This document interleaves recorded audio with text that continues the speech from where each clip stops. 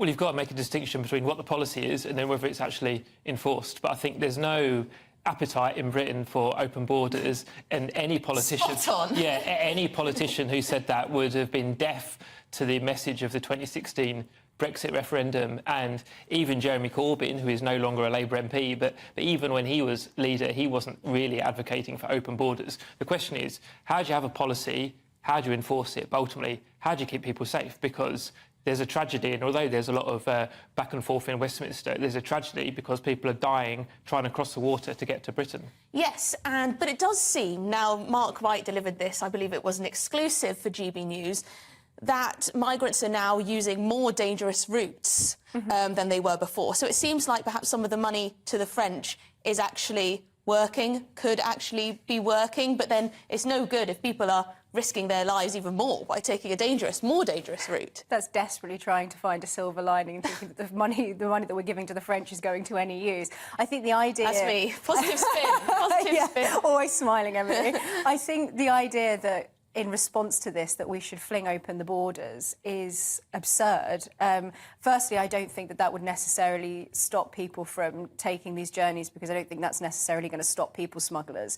But, you know, the British people want our borders to be secure. We need our borders to be secure because it's about national security. We've seen this in so many instances. We've seen recently a schoolgirl allegedly being raped by two migrant youths. We've seen murders at the hands of people who have come into this country. So, you know, for security reasons, we need to know who's coming into the country. So we can't just fling open the doors and let anybody come in. Well, it seems to me that if you do arrive in this country via dinghy, there's little chance of you being sent back to the country you came from or sent back anywhere else. So we kind of do have an open border when it comes to the Channel. No, I don't think so at all. And I suspect if you talk to some of the people arriving in these terrible circumstances, obviously, sadly, some don't complete the journey alive, but the people who do, it's not open at all. There's a series of kind of police and Home Office measures. There's a regime that I think has holes in it. It lacks compassion, and that's effective. And obviously, the Labour Party, which I don't represent, but obviously I'm a member of and I'm sympathetic to, would say some of the policies are wrong as well. And it's very interesting to hear you mention a cooperation with France, because that was something the Labour Party has been calling for over a year. Now it seems to be happening, because at the end of the day, keeping people safe, stopping people dying, involves working closer with the EU, referendum or no referendum. Well, Peter, you say that, but the government have been trying to work with France for a long time. This isn't they've had a lot of fallings out with them. This isn't the first. A lot of silly fallings out. Well, you know, you could say that both sides have been a little bit tetchy over the last few years for many reasons. There's history there. There's history there.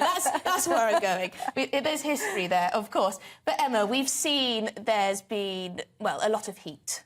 There have been groups, it's been reported in the Times today, that there have been groups of people purposefully turning up at hotels to cause trouble, to protest against migrants being there.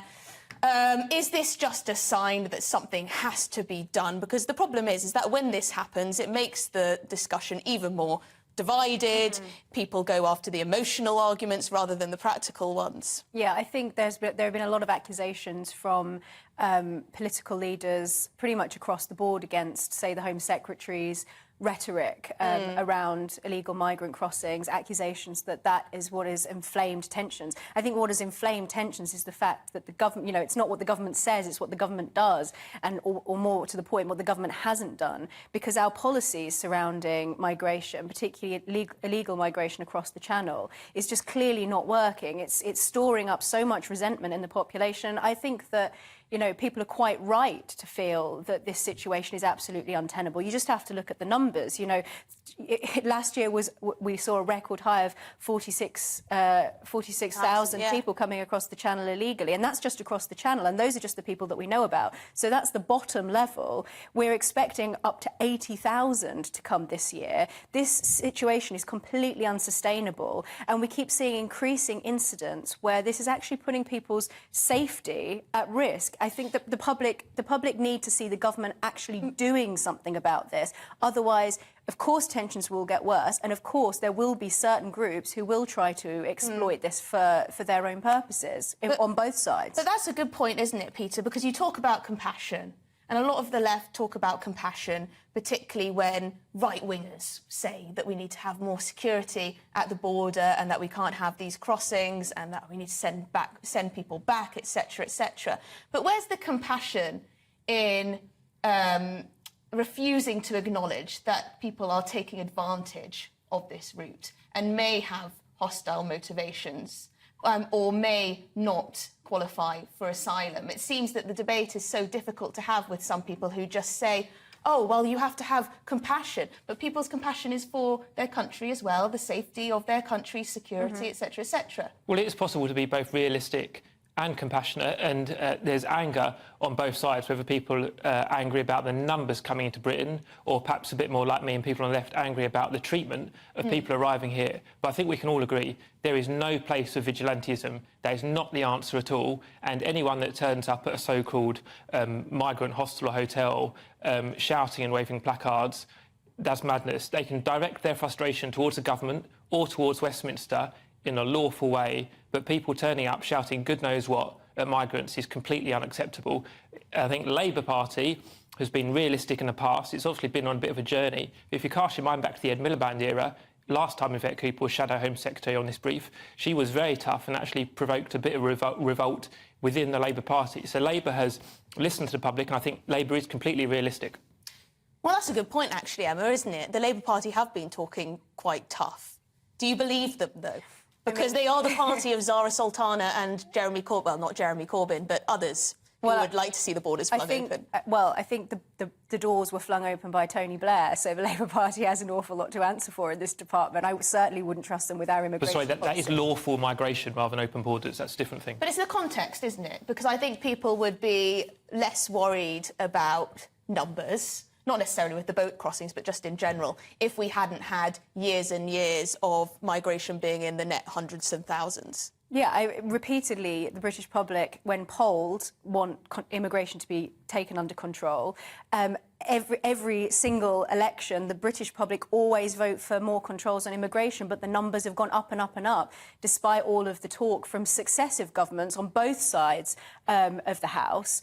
And so I think the British public are frankly getting fed up. And the more that we continue to see these incidents occurring where as with the case of, even as you were saying about the treatment of migrants, the fact that there was a young boy who, two cases actually, of child sexual exploitation taking place in one of these migrant hotels, plenty of other cases. I think people are getting really sick of the way this is being dealt with because successive governments have talked tough and done absolutely nothing. Are we a sovereign country or are we not? You mentioned Brexit. We should be able to get control over this situation. We shouldn't have a situation on our hands where we're unable to deport even violent criminals because we're still in the EHRC. Does the Labour Party risk, Peter, demonising people that they purport to represent, i.e. the working class? We've seen that hotels have perhaps been disproportionately located in deprived areas or areas where resources are scant already. So when you ask them, and they perceive, rightly or wrongly, that those resources are now being spent on people who have just arrived in a dinghy, are they not right to be angry?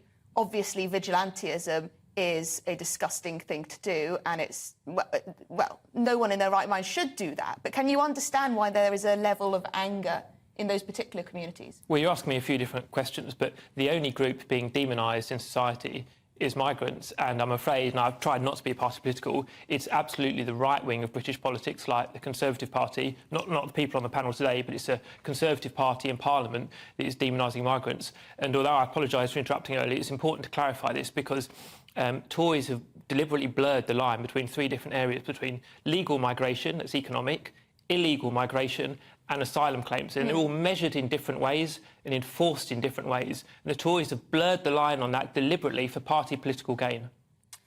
Well, what evidence do you have, very quickly, Peter, for how they've blurred the lines? What, you think they just talk about illegal immigration, small boats and migration in the same breath, essentially?